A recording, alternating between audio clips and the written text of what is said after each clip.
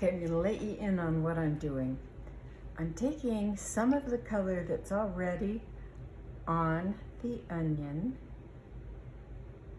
and I'm pulling it. So I'm gonna put some of this color there on the onion and I'm gonna pull it up in a curve motion. I'll show you. So that it looks like it's going around and up, because that's what onions do. Around and up, around and up.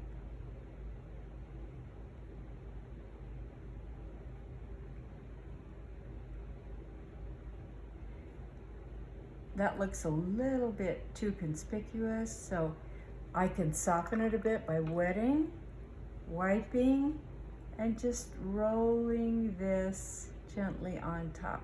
It's going to take out some of those strong lines. Can you see that, how that worked? I'm rolling just around and down, around and down.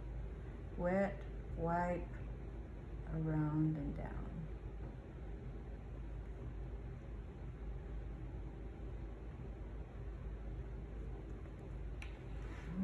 Okay,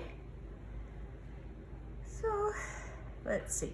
I do see a shiny part here that's because of the light, and I'm going to take advantage of that. I think it's pretty. So wet, wipe. It's my main move on lifting watercolor. Wet, wipe. I'm going to go over here, figure out where it is, and try to lift out a little bit. I think I'm going to get away with it. Wet, wipe, lay this down, tickle it a little bit. There we go. Push it a little bit. Yeah, that looks good. All right. Let's see what else we need to do. So this has a little bit of shine on it. So what if I did the same thing? Wet, wipe, lay the brush, the damp brush down, and what I'm doing is just lifting up a little bit of the paint. I'm scooting some and lifting some.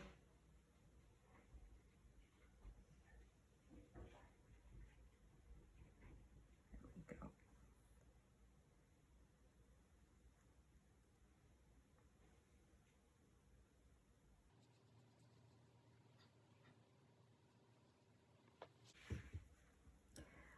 I think I'm going to do this part with colored pencil. So let's not worry about that right now.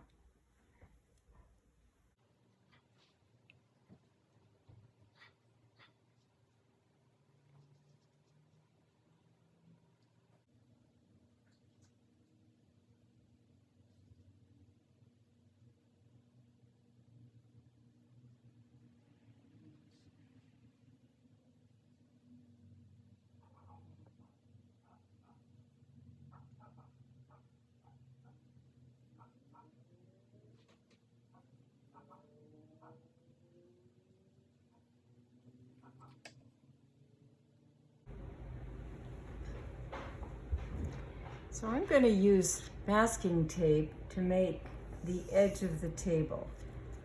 And you might remember how what I do so that it doesn't stick too much to the watercolor paper is I take a piece that's about the right size, and then I either put it down on cloth, or you could even put it down on the table and lift it up just to take some of the glue off.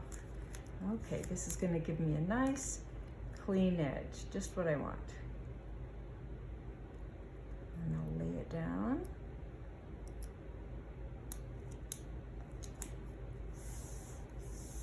And what I'm going to do now is some shadows under the onion and the limes. So one thing I notice is that the shadow doesn't have a real sharp edge, and the shadow has a little bit of reflected light, a little bit of pink down there, And it seems almost like I can see lavender, blue, and green in that shadow. So I'm going to take a pencil and ever so slightly give myself a clue to where that shadow is going to go. It's something like that. That's all I need is little ghost lines. And here it's coming out like this, like that. And this, in this case, these shadows, the shadow merges with that fruit. Okay, so because I want it to have soft edges, I'm going to wet the board beyond what I'm going to be painting. All right. And I'm going to do this one first. I see that it has some blues, so that's a good place to start.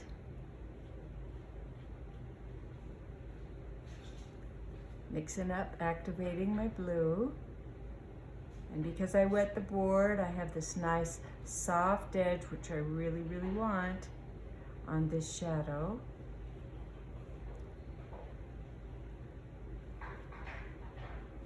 It's not quite dark enough. I'm going to take a little bit of my purple that I used on the onion, and I might take a little red, and I might even take a little of this green to neutralize it, to gray it down. Let's see what I get if I just come in here and swoop around like that. I like it. Comes up to the edge. I might, as I said, I can see a little bit of red there, so I might grab just a little bit of reflected color. While it's wet, just tap that in. There we go. Easy.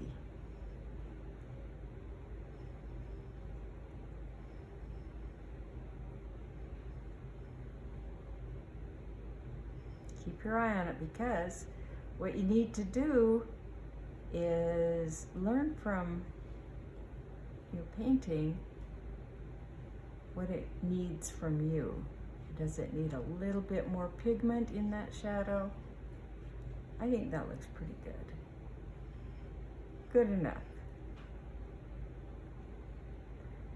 All right, my board's buckling a little bit, so maybe I'll just pour this around.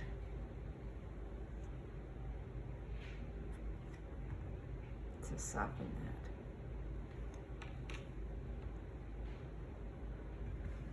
that. Okay.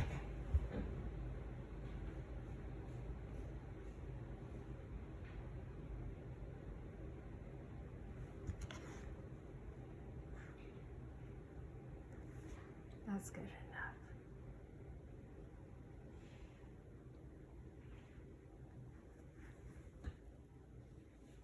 Okay, let's do this shadow. I'm going to use about the same colors. So I go over here and I get some of my blue, some of my green, some of my purple, and I mix it together. That looks pretty good.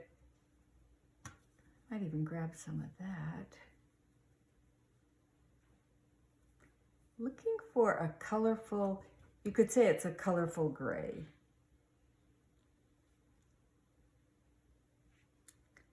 A colorful blue-gray with a little bit of red glow in it.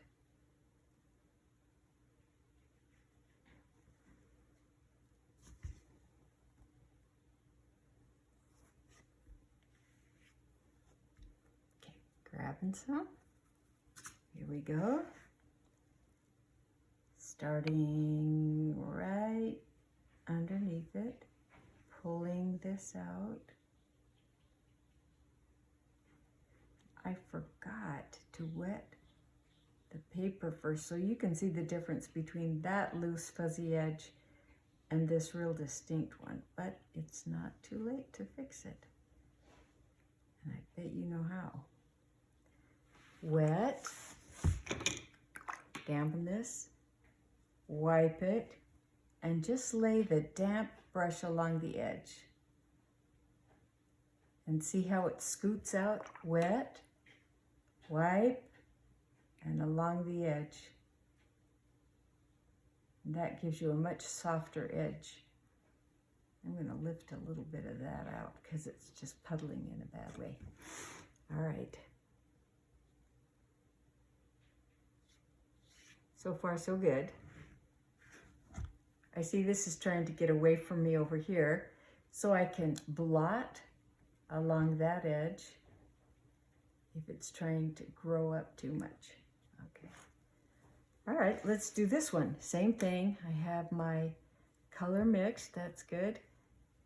And I sneak up under here using the point of my brush.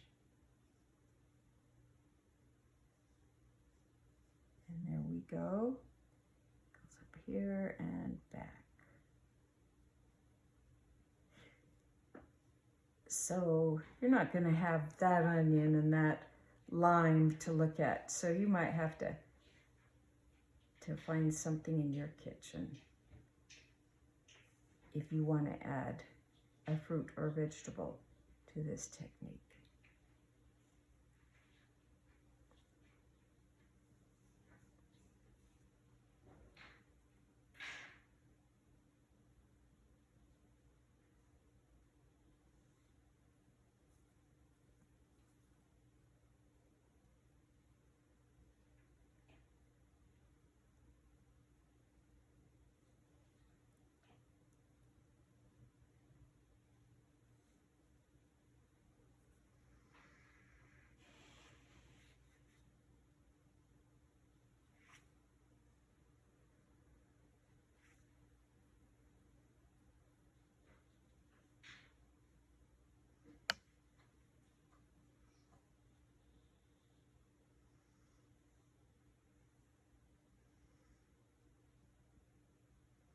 Close enough.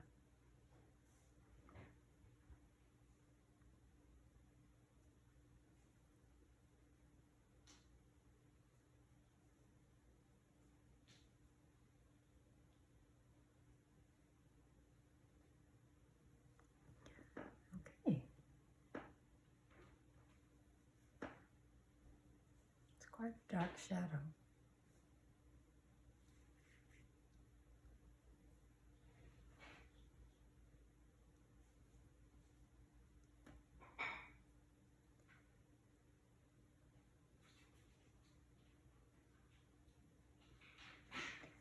See how nice it looks when I tap in a little bit more paint, so it's a little darker right under the lime. Really makes that lime pop, doesn't it?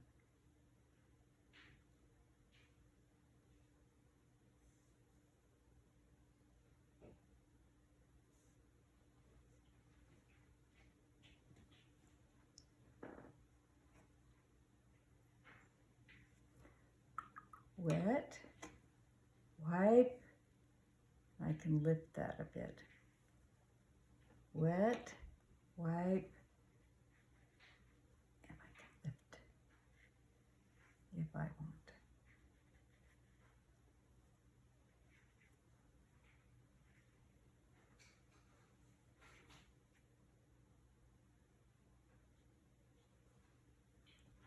Okay.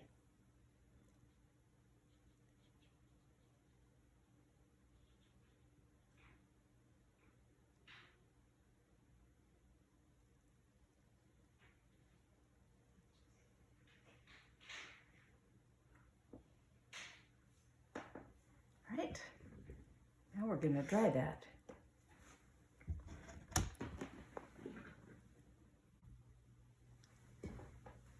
For the background, I'm just taking a big brush and almost with nothing but a wee bit of paint in that water, I'm just guiding the the watercolor brush around the fruits and vegetables and putting a little glaze of color. And remember how it's important to load your brush with plenty of paint and plenty of water so that you can meet up with other wet areas and it'll just float together.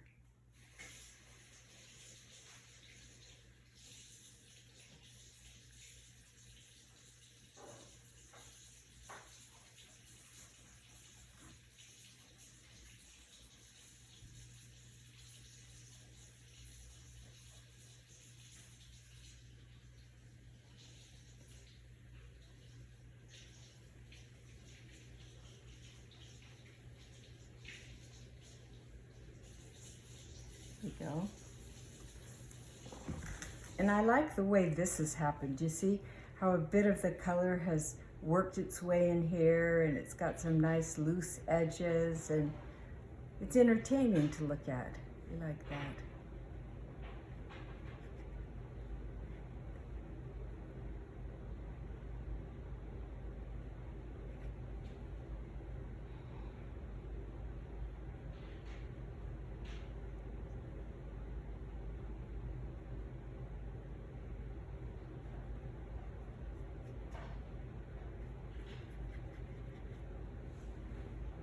Okay, let's let this dry.